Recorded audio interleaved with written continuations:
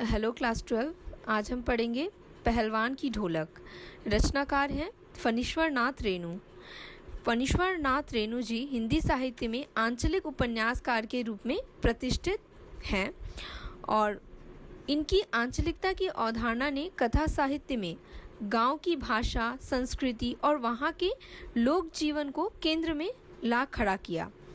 रेणु जी की रचनाओं इस धारणा को पुष्ट करती है कि भाषा की सार्थकता बोली के साहचर्य में ही है और रेणु जी ने साहित्य के विभिन्न विधाओं में रचना की है। उन्होंने उपन्यास रचे हैं, कहानियाँ लिखी हैं, संस्मरण लिखे हैं और रिपोर्टाज भी लिखे हैं और इस तरह से हिंदी साहित्य में वे आंचलिक उपन्यासकार के रूप में प्रतिष्ठित हैं। और हम जो कहानी उनकी पढ़ने जा रहे हैं वह है पहलवान की ढोलक। लेखक ने इस कहानी में राजसत्ता में परिवर्तन होने के साथ साथ सामाजिक व्यवस्था एवं लोक कलाओं के अप्रासंगिक होने की प्रक्रिया को भी यथार्थ रूप में दिखाया है।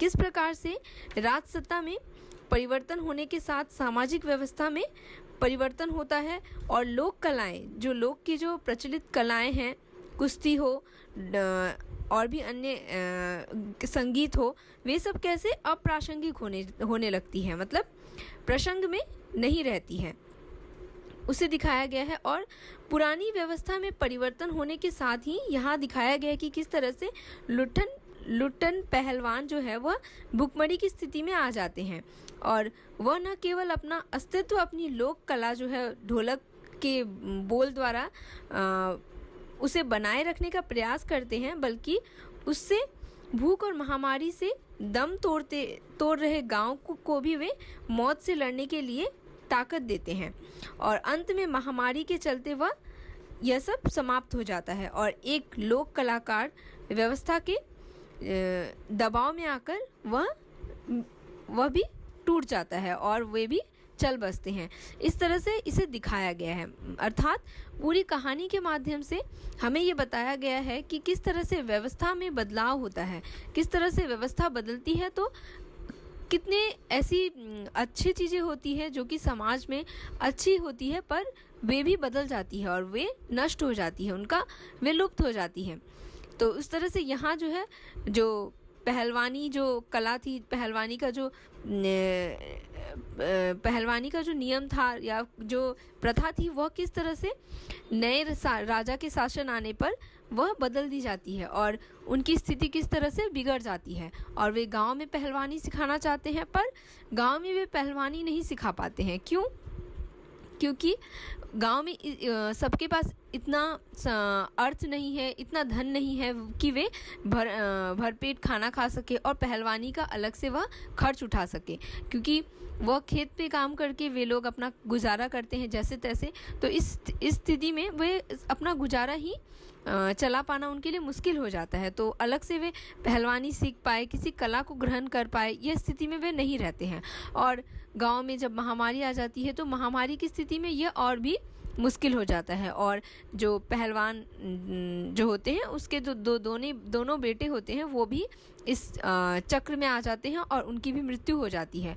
और पहलवान जो है, जैसे कि कहानी की शुरुआत में ही कहा गया है कि उनकी ढोलक की जो तान है वह बजती रहती है, चाहे रात हो या दिन।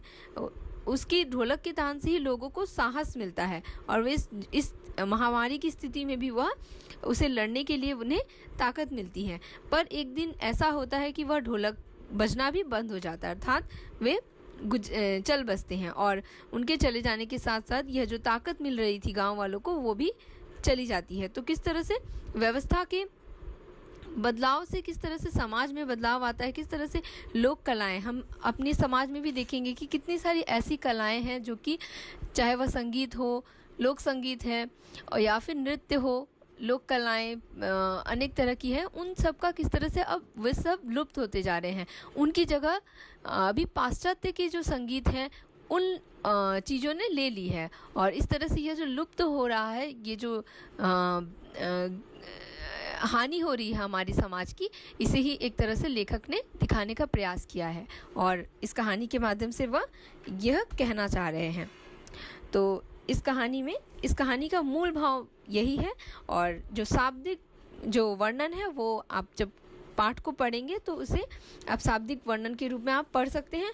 और जो इसका मूल भाव है वो यही है कि लेखक यहाँ बताना चाह रहे हैं कि किस तरह से सत्ता के बदलाव से, सत्ता में जब परिवर्तन होता है तो सामाजिक व्यवस्था में भी परिवर्तन हो जाता है। और लोक कलाएं, जो छोटी छोटी लोक कलाएं हैं, गीत, संगीत, नृत्य, ये सब भी किस तरह से लुप्त होते जाते हैं, हम उसे भूलते चले जाते हैं। और नए नए जो पाश्चात्य चीज़ें हैं उन्हें हम ग्रहण करने लगते हैं, चाहे वह हमारे पोशाक, अभी हम उसे पोशाक के रूप में ले, चाहे हम जीवन शैली में उसे अपना रहे हो, चाहे हम उसे सिनेमा वगैरह में देख सकते हैं। पहले हम जिस तरह के गाने सुनते थे उस तरह के गाने हम नहीं सुनते हैं, अभी हम पाश्चात्य गाने सुनते हैं, उसमें बदलाव आ गया है। और जो लोक संगीत था, लोकगीत था और लोक कलाएं हैं, वे सभी अब लुप्त होती जा रही है। तो यहाँ पे उसे ही लुप्त होती हुई स्थिति को दिखाया गया है कि किस तरह से यह नष्ट होता चला जा रहा है। तो इसे हमें बचाना चाहिए, यह एक संदेश इस कहानी के माध्यम से हमें प्राप्त होता है। तो यह है कहानी का सारांश या कहानी का मूल भाव। धन्यवाद।